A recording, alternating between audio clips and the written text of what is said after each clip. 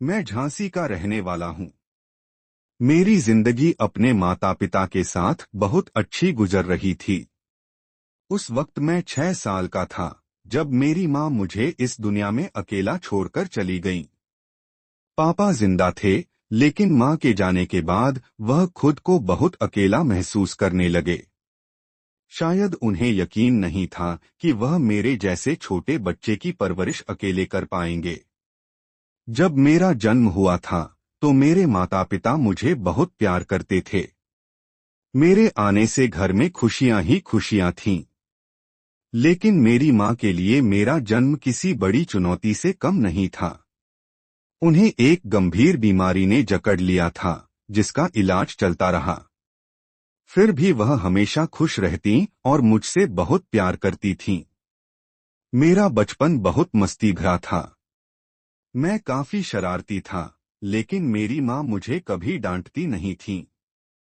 उनके बीमार होने के बावजूद वह मेरे लिए सब कुछ करती थीं।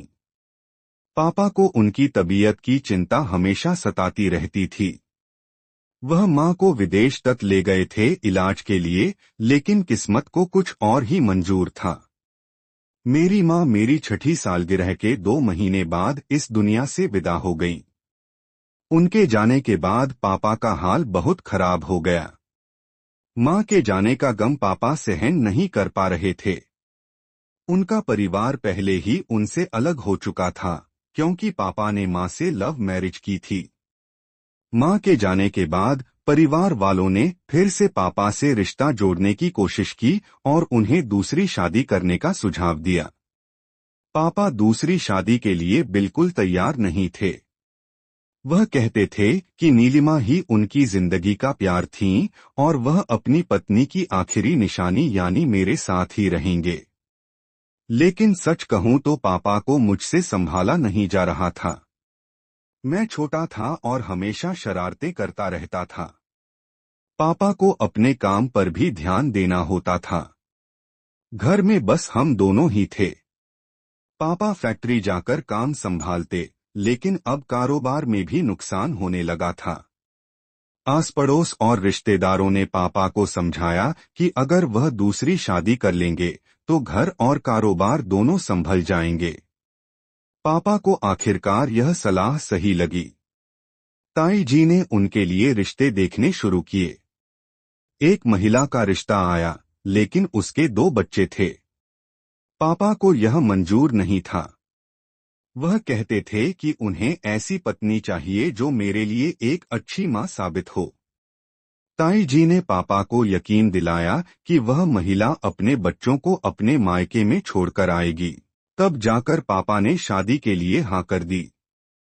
शादी के बाद मेरी सौतेली माँ घर आईं। उनके साथ उनका बेटा नितिश भी था, जो मुझसे सिर्फ 1 साल बड़ा था। दोनों माँ बेटे ने घर में जल्दी ही अपनी जगह बना ली।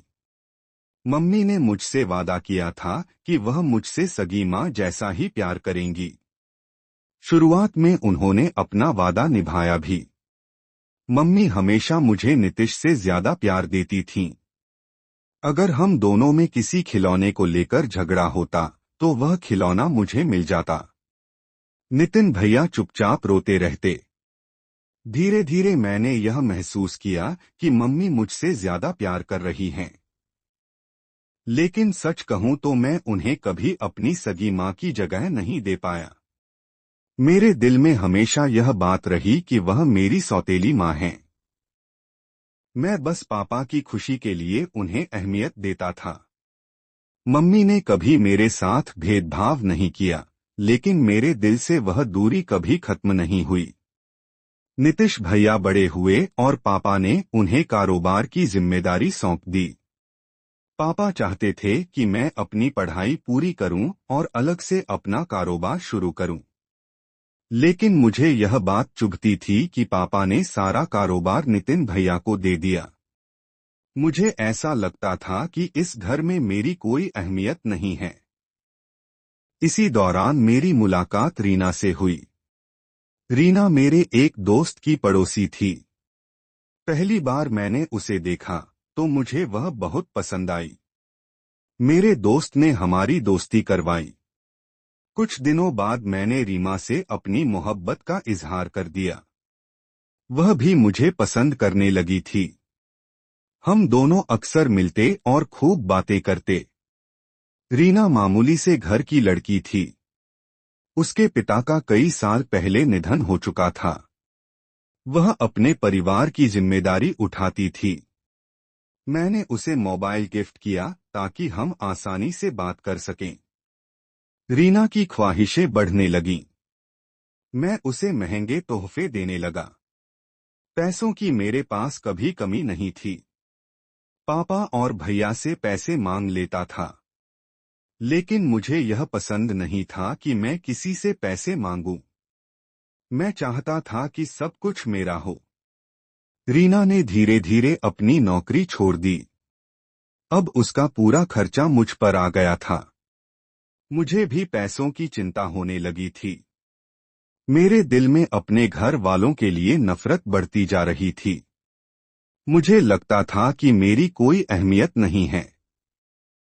नितिन भैया को सब कुछ मिल गया और मैं बस एक तमाशा देख रहा हूं। रीना के साथ मैं ज्यादा से ज्यादा वक्त बिताने लगा। मेरा ध्यान पढ़ाई से हट गया था। पापा को मेरी फिक्र थी, लेकिन मैंने उनकी कोई बात नहीं मानी। मुझे लगता था कि मेरी जिंदगी में अब सिर्फ रीमा ही मेरी अपनी है। बाकी सब मुझे पराये लगते थे। तभी रीना की मां ने मुझे फिर से ब्लैकमेल करना शुरू किया। उन्होंने कहा कि मेरी शादी तभी हो सकती है जब मैं पापा की सारी जायदाद अपने नाम करवाऊं। उनकी बातों ने मुझे और गहरे संकट में डाल दिया। लेकिन अब मैं किसी भी हाल में यह सब करने के लिए तैयार था। भैया के साथ संघर्ष और पापा की मौत के बाद मुझे यह एहसास हुआ कि जीवन में सिर्फ पैसा और संपत्ति ही सब कुछ नहीं होते। प्यार, रिश्ते और परिवार की अहमियत अब मुझे समझ में आ रही थी। और अब जब सब कुछ खत्म हो चुका था, तो मैं अपने आप से सवाल कर रहा था, क्या यह सब सच में उस सब से ज्यादा जरूरी था?